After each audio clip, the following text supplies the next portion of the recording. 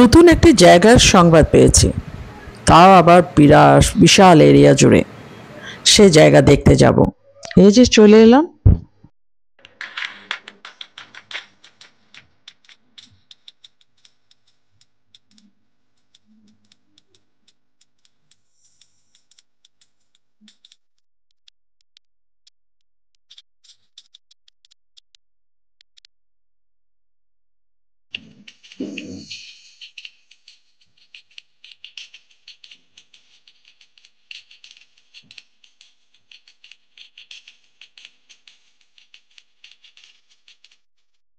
আসসালামু আলাইকুম, Bangladeshi lifestyle blogs থেকে সবাইকে স্বাগতম এবং শুভেচ্ছা।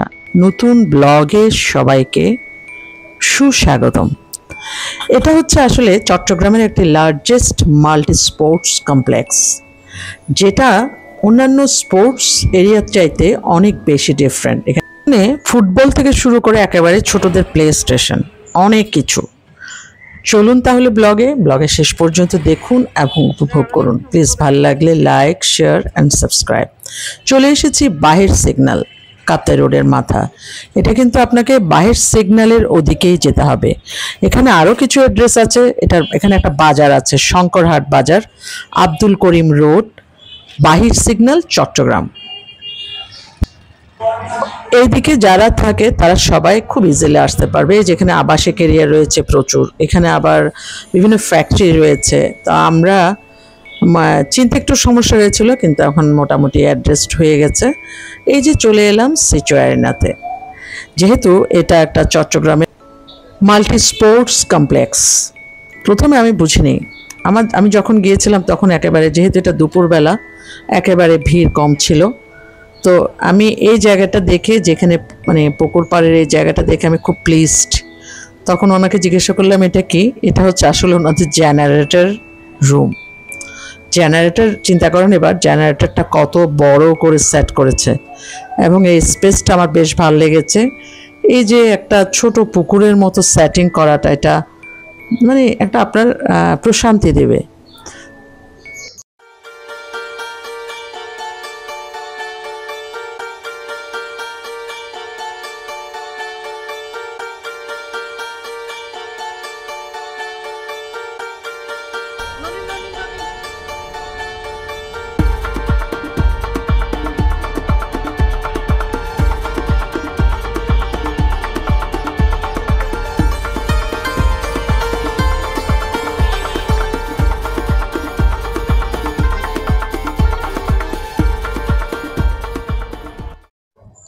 পুরো স্পোর্টস কমপ্লেক্সটিতে আমি একা ছিলাম, কারণ আর দুই একজন ছিল, যেহেতু ওদের ওই সময়টা ওপেনিং না। তো আমি একেবারে অড টাইমে গিয়েছিলাম, কিন্তু ওনারা আমাকে পারমিশন দিয়েছিলেন। আমি ট্যাক্সি বসিয়ে রেখেছিলাম।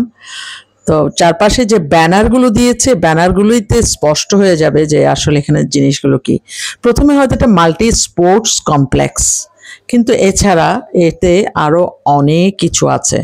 মাল্টি স্পোর্টসটা যাদের খেলতে ইচ্ছা করবে তারাই বিষয়গুলোতে অ্যাটেন্ড করবে, কিন্তু ওনারা হয়তো বলবে স্পোর্টস কমপ্লেক্সে যে কী হবে, কিন্তু না, আপনি এমনি ঘুরতে যাবেন। এটাকে যদি বলা হয়, আমার বলতে ইচ্ছা করছিল এটা একটা রিসোর্ট। যে রিসোর্টে সব কিছুর আয়োজন আছে, মানে সব কিছুর।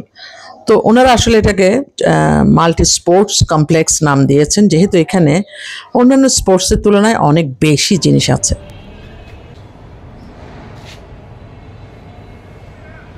হ্যাঁ, দেন দেন দেন দেন।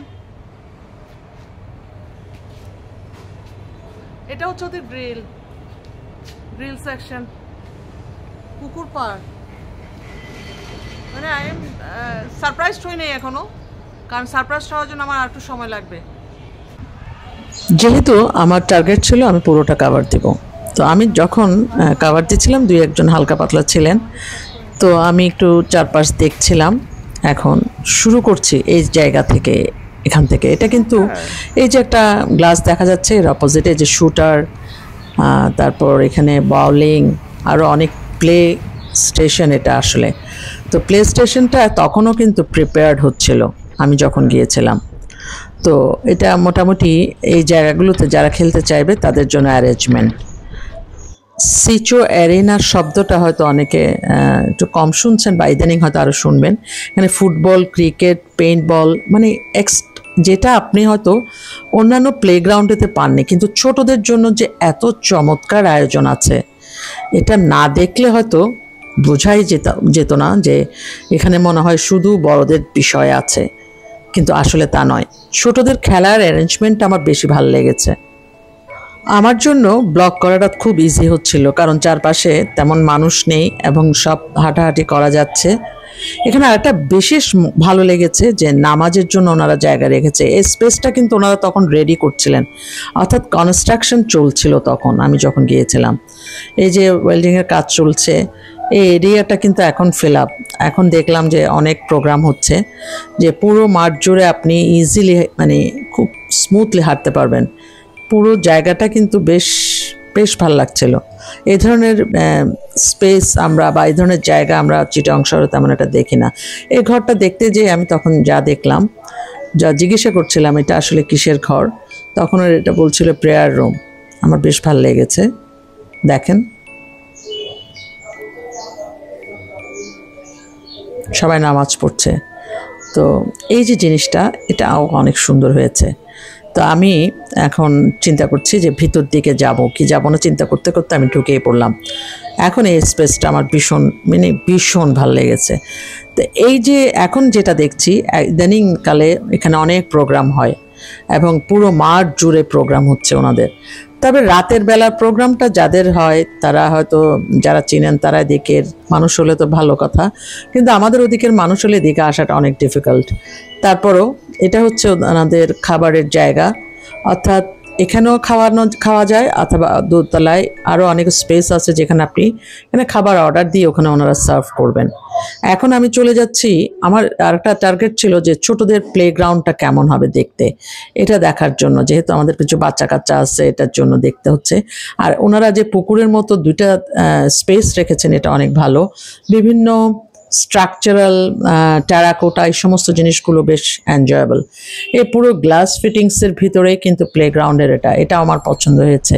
পুরো গ্লাস ফিটিং বাইরে থেকে দেখা যাচ্ছে। তো সিঁড়ি দিয়ে আমাকে উপরে উঠতে হবে। তা প্রথমে একটু ভয় লাগছিল যেহেতু আমি একাই উঠছি। আচ্ছা না, উঠে যাই। তো সিঁড়িটাও বেশ স্মুথ, চারপাশের ভিউ দেখা যাচ্ছে। আরেকটা জিনিস ছিল যে গ্লাস দিয়ে আপনি বাইরের ভিউগুলো অবলোকন করতে পারবেন। এই যে উপর থেকে আমি নিচে দেখছি, এটাও আমার অনেক ভালো লেগেছে। প্রথমে ওনারা বলেছিলেন ব্লগিং করতে দেবেন না, এমনি দেখতে আসতে পারি। আমি আসলে ঢুকেই ব্লগিং করা শুরু করে দিয়েছিলাম, যদিও আমি ব্লগটা অনেক পরে দিচ্ছি, কিন্তু চারপাশের ভিউটা আসলে চমৎকার। এখানে গেট টুগেদারের জন্য চমৎকার জায়গা, শুধুমাত্র বাচ্চাদের জন্য নয়।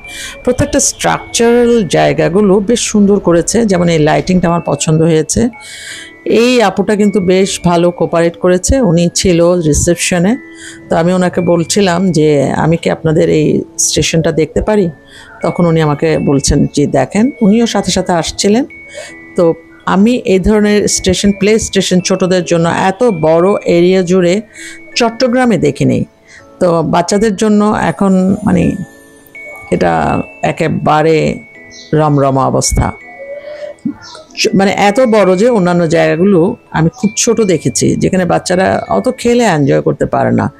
এখানে বেশ আইটেম রয়েছে এবং বড় একটা স্পেসের মধ্যে জিনিসগুলো সেট করা হয়েছে।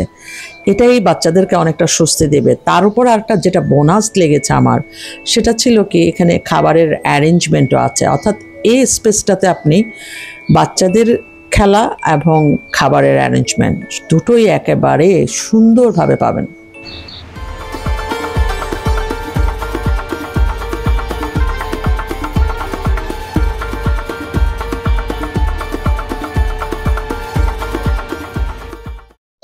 যে কোনো জায়গার মানে ধরেন বাচ্চা নিয়ে যাবেন বা বুড়ো নিয়ে যান বা অন্য অন্য বয়সী নিয়ে যান, বাইরের ভিউটা সবাই দেখতে চায়। এখানে বসে আপনি যে বাইরের ভিউটা দেখবেন, এটাই খুব আনন্দদায়ক লেগেছে আমার। তো যাই হোক, এখানে তখন যেহেতু দুপুরবেলা, সেজন্য মানুষজন ছিল না, যেহেতু ওনাদের ওপেনিং ওই টাইমে নয়। এখান থেকে বেশি মনে হচ্ছে যেন আমি বাইরের কান্ট্রিতে বসে আছি, বাইরের ভিউটা দেখতে আমার এমন লাগছে। যাই হোক, খাবার খাবো কি খাবো না, যেহেতু আমি একটা অপারেশনের আগের মুহূর্তে ছিলাম, সেজন্য আমি আসলে খাবারের প্রতি তেমন একটা নজর দিতে চাচ্ছিলাম না।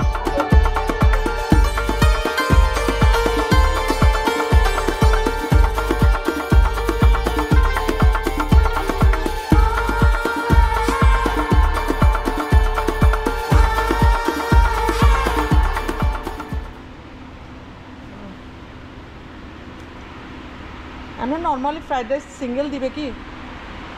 নর্মালি মিক্সড ফ্রাইড রাইস একটা আছে না, beef chilli onion Chinese vegetable, এটা কি prawn masala chicken Chinese vegetable দিতে কতক্ষণ লাগবে? আর ড্রিঙ্কস কি আছে? ড্রিঙ্কস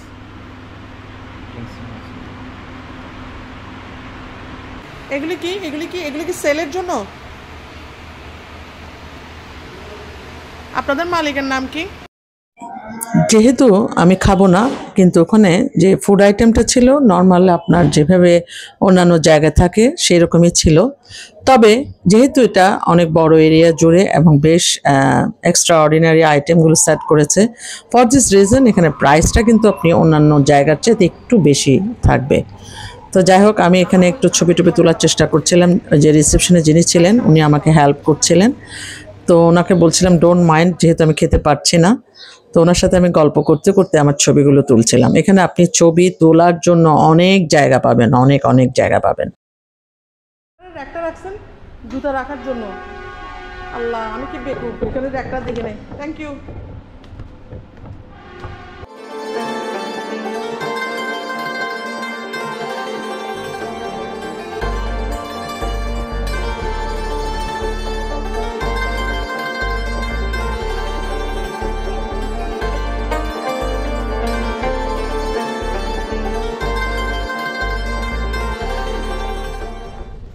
এখন চলে যাচ্ছি ওনাদের আরেকটা সেকশনে। এই জায়গাটা দেখে আমি খুবই অবাক হয়েছি, খুবই সুন্দর লেগেছে। আসলে রাতের বেলা মনে হয় জায়গাটা আরো বেশি সুন্দর, তবে দিনের বেলা লাইটিং না থাকলেও দিনের আলোতে বেশ ভালো লাগছিল। এটা কি এরিয়া? সরি, একটু আমার ব্রোকাট মানে কি? ও আচ্ছা, ছোট বাচ্চার গাড়ি। তো এটা কতটুকু এই পুরোটা এরিয়াতে যাবে না? এখান থেকে নিতে হবে। হ্যাঁ,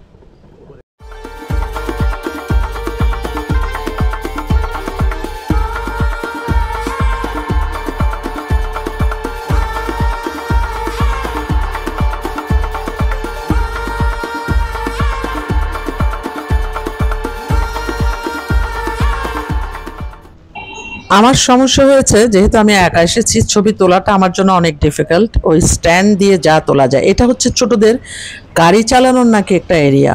এটা আমার বেশি ভালো লাগছে। আমার সময় থাকলে আমি নিজেই চালাইতাম, যদিও ওনারা তখন সেটা হয়তো প্রিপেয়ার্ড না। কিন্তু বাচ্চাদের এই যে চারপাশে ঘোরানোটা বা গাড়ি চালানোটা, এই বড় স্পেসটা আমার চমৎকার লেগেছে।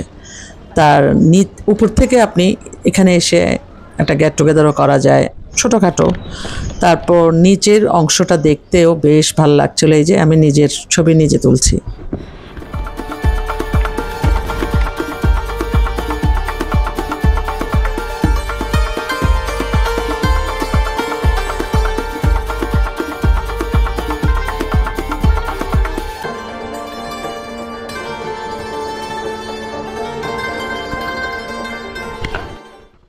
ওনাদের ওই অংশগুলো আমি আসলে আপনাদের দেখাচ্ছি না, এগুলো আপনারা আসলে দেখবেন। ফুটবল, ক্রিকেট, আদার্স যে বড় প্লেগ্রাউন্ডগুলো ছিল তখন সেগুলো কিছুটা কনস্ট্রাকশনে ছিল বলে আমি ওই দিকে যাইনি।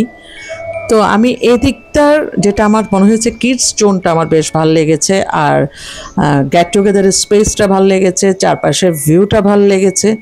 তো আমি আবার সেই রেস্টুরেন্টের দিকে যাচ্ছি। আমার প্রথম ইচ্ছে ছিল একটু কিছু খাবো কিনা, কারণ বদ্ধ এরিয়াতে আমার খেতে ইচ্ছা করছিল না বলে আমি ওই রেস্টুরেন্টটা যেটা খোলামেলা ওটা আমার খেতে ইচ্ছা, মানে ওখান থেকে খাওয়া যায় কিনা সেটা একটু ভাবছিলাম।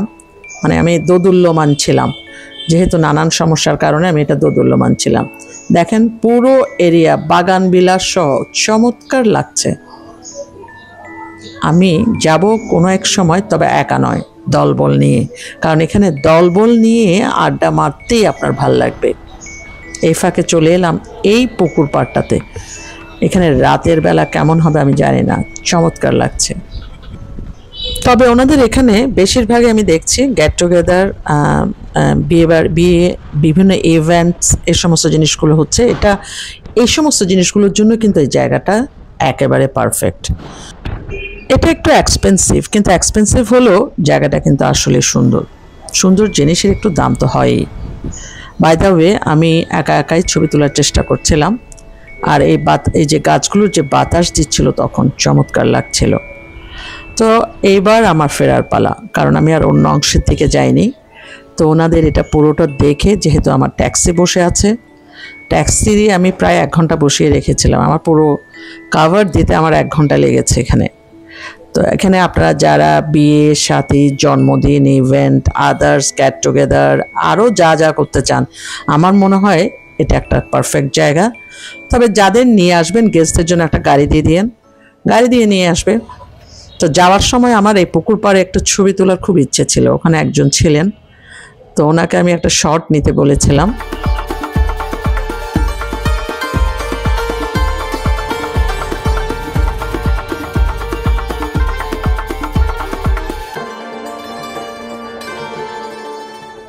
প্রথমে দর্শনধারী, পরে কোন বিচারে, এটাই হচ্ছে বিষয়। তো আমি দর্শন করে খুবই প্লিজড, সারপ্রাইজড হয়েছে কিছুটা। বাকিটা হচ্ছে খাওয়ার পরে হয়তো তখন বুঝতে পারবো। আমি এখন আমার গন্তব্যে ফিরছি। এখন আপনারা ভেবে নেবেন। বাই দ্য ওয়ে, আজ কিন্তু হ্যাপি ভ্যালেন্টাইন্স ডে। যারা যেতে চান এখনও সময় আছে, ঘুরে আসতে পারেন।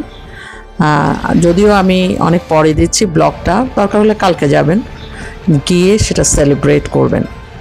আসলে ভালো লাগার জায়গা। সবাইকে ফাল্গুন এবং ভ্যালেন্টাইন্স ডে শুভেচ্ছা। সবাই অনেক ভালো থাকুন, সুস্থ থাকুন, নিরাপদে থাকুন। আসছে নতুন ব্লগ, সামনে আসছে একটা পিকনিক ব্লগ। প্লিজ ভালো লাগলে লাইক, শেয়ার অ্যান্ড সাবস্ক্রাইব। আল্লাহ হাফেজ।